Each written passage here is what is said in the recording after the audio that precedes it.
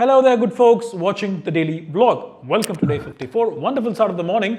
Got my mobility and cardio done fasted. We had been planning to do that initially, but never got to it. It got late, I got hungry, and too long without food. Generally, when you're on a prep like this, you got to get the protein in. That's best for you. And we always went with the food and then did the cardio. So today was thoracic mobility. Now, a lot of times whenever we do back mobility, and let's take the cat stretch, for example, the cat cow, yeah? And what happens is people usually start focusing more on the lumbar region, the lower back. There are three levels: cervical, thoracic, lumbar. Lumbar is the lower back. That's where most people get problems because we are constantly using it. It's the most flexible as well, if I'm right. It can have a better range of motion compared to, you can bend in your hips, you can't bend in your chest or your rib. So what happens is we tend to allow that area to take over. But with a cat stretch, like the example I gave you, you got to really focus on some scapular retraction and really focus on the thoracic area. It took like an hour today just the mobility. It feels so good for me. I was doing around 5 to 10 variations, different postures on the floor mostly. And apart from that, we had some AC trouble last night. It started leaking water on one side. So the AC guys came and had a look. Turned out to be the coolant usually kind of runs outside the evaporator, sorry. And as cold air blows, the coolant gets hot once again, goes back to the compressor, and all of that happens. What happened is dust got locked onto one side, and then obviously when the coolant is not getting heated up by allowing cold air to come out of it, transmission of heat or energy or whatever, it gets super cold, condenses the water, AC leaks water. So cool, let's dive into meal number one. Have a fairly busy day today in terms of how much work I have in the vlog perspective. Coaching perspective, got some late night plans sorted last night, usually overseas plans, so that happens. Yeah, good morning. Got some khichdi, some egg whites, some tomato, coriander, coconut, onion chutney, shall we? And it's time for meal number two. Got some quality cleaning done the entire legs. There's so many surfaces on my table. It's got multiple creases and curves, so I've got to get to all points. We have some more emails. I'm feeling truly sleepy, so after I wrap this meal, I think I'll probably catch up on that, and obviously that is not going to help not feeling that way. So yeah, the nap is going to be inevitable, and then some more emails, and eventually later through the night, I'll hit the weight room. I've been trying to somehow push my training to earlier through the day when it's bright outside, but somehow, at least you've got to have 6 hours in between the cardio and training if you're doing pre-workout cardio like I am. So somehow, it just becomes nightfall. Today was one of those days where I could have pushed it earlier, but sleep is obviously something that needs significance for now.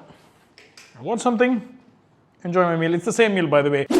I'm adding some spinach and some green beans. We didn't make any veggies at home today, so these are leftovers from yesterday. Catch you guys after this.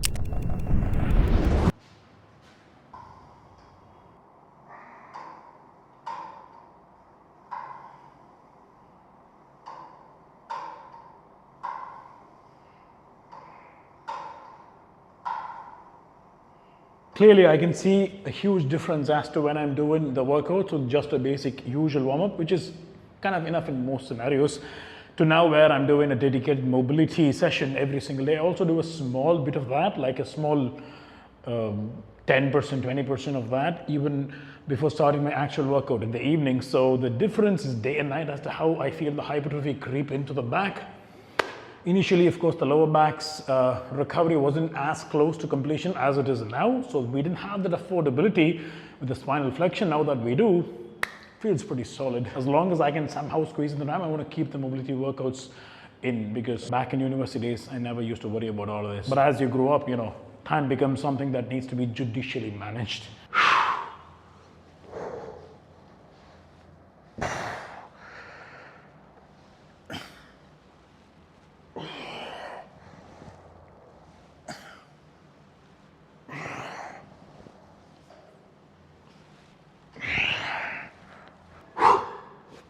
I actually squeezed in some real sugary lemonade. Wasn't in the mood for sweetness, so went for the real deal.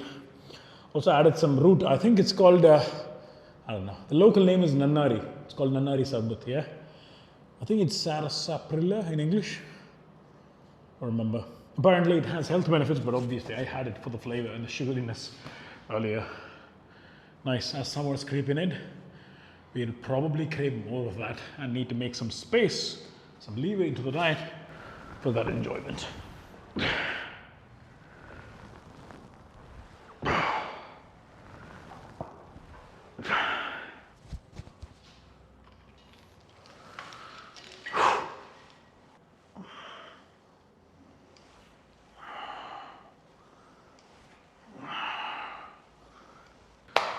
Let's jump into some curls before we close for the day.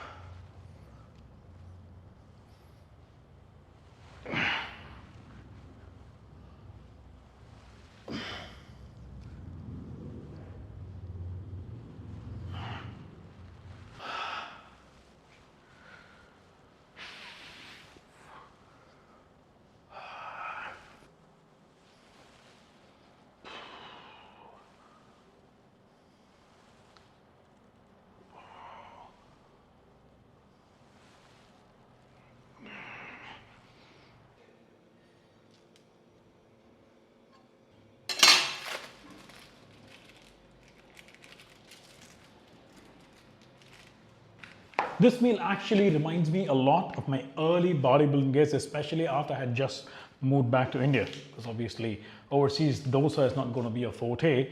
Because one of the most comfortable things about this is it requires no prep time. These cheese egg dosas, they're my go-to, man. Even now, I just kind of get carried away in showing different meals for you guys for the sake of the vlog so that you understand there can be variety in any prep.